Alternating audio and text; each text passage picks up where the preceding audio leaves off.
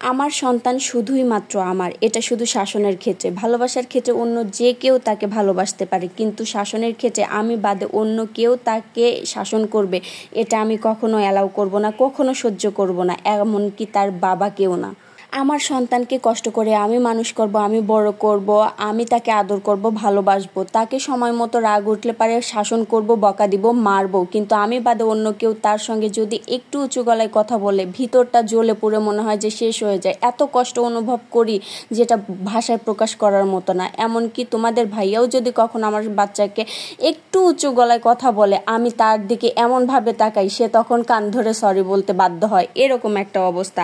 আমি ব্যতীত অন্য কেউ যদি তাকে ত্রুটি কথা বলে, উঁচু গলায় কথা বলে বা আর চোখে তাকায়, এসব আমি কখনোই মেনে নেব না। বাচ্চার মা হওয়ার পরে আমি বুঝতেছি আমি কতটা সেনসিটিভ। আমার বেলায় যা অন্যায় অবিচার হওয়ার হয়েছে, কিন্তু আমার বাচ্চার বেলায় আমি সেটা কখনোই মেনে নেব না। এখানে আবার একদল এসে আবার ভুল বুঝেন না যে বড়বেলার শাসনের কথা বলতেছি না, বড়বেলার যা হবার হবে সেটা দেখা যাবে, কিন্তু ছোটবেলায় এখন তাদের বাচ্চা মেয়ের বয়স, তাদের বাচ্চা বয়স, এখনকার সময় কেউ যদি তাকে শাসন করতে আসে, এটা আমি অ্যালাউ করব না। কেউ আমার মেয়েকে দুইটা কথা শোনায় যাবে, তা কখনোই হতে দিব না আমি বেঁচে থাকতে। যে বা যারা আমার বাচ্চাকে ভালোবাসবে, আমার সন্তানকে ভালোবাসবে, তাদেরকেও আমি ভালোবাসবো। যাদের কাছে আমার সন্তান জানের টুকরা, তারাও আমার কাছে কলিজার টুকরা। কিন্তু যারা আমার সন্তানকে অপছন্দ করবে, তুচ্ছ করে কথা বলবে, আমার সন্তানের সাথে খারাপ আচরণ করবে, ভালোবাসার নামে শাসন করতে আসবে, তাদেরকে আমি বোঝাই দিব আমি আসলে কি জিনিস। কেউ আমার সন্তানের সাথে উঁচু গলায় কথা বলবে মানে তাদের গলার রগ আমি টেনে ছিঁড়বো।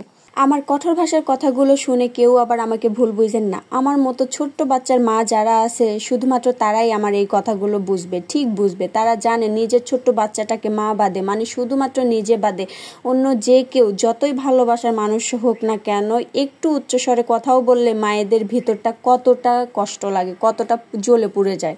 আর যারা আমার সন্তানকে ভালোবাসে বা ভালোবাসা দেখায়, আদর করে, তারা যদি আমার অপছন্দের মানুষও হয়, তারপরেও মনের মধ্যে একটা সান্ত্বনা কাজ করে, ভালো লাগা কাজ করে। নিজের বাচ্চাদেরকে যদি তার বাবাও একটু উঁচু গলায় কথা বলে, তারপরেও খারাপ লাগে, তাই না? আমার মতো মায়েরা যারা আছে তারা ঠিকই আমার কষ্টটা বুঝবে যে কি কারণে আমি এই কথাগুলো বলতেছি। বাচ্চার মায়েরা বুঝি এমনই হয়, নিজের সন্তানকে নিজে বকবে, মারবে, যা খুশি করবে, কিন্তু নিজে বাদে অন্য কেউ যদি তার দিকে আর চোখে তাকায়, সেটাও তারা মেনে নেবে না, সহ্য করবে না, পারলে তো তাদের চোখ উপড়ে ফেলবে, এরকম একটা অবস্থা, তাই না? তবে বাচ্চার মায়েরা কিন্তু যা অনুমান করে সেটা কিন্তু সত্যই হয়। নিজের সন্তানকে কে কতটুকু ভালোবাসতেছে, কে কতটুকু আদর করতেছে, কে কতটুকু মন থেকে ভালোবাসে, এটা কিন্তু বাচ্চার মায়েরা খুব ভালো করে বোঝে। মায়েদের অনুমান শক্তি প্রখর। হ্যাঁ, বাচ্চার মায়েরা সব বুঝে আর সঠিকটাই বুঝে। আরে ভাই, বাচ্চারা তো ফুলের মতো, ফুলকে ভালোবাসেন না?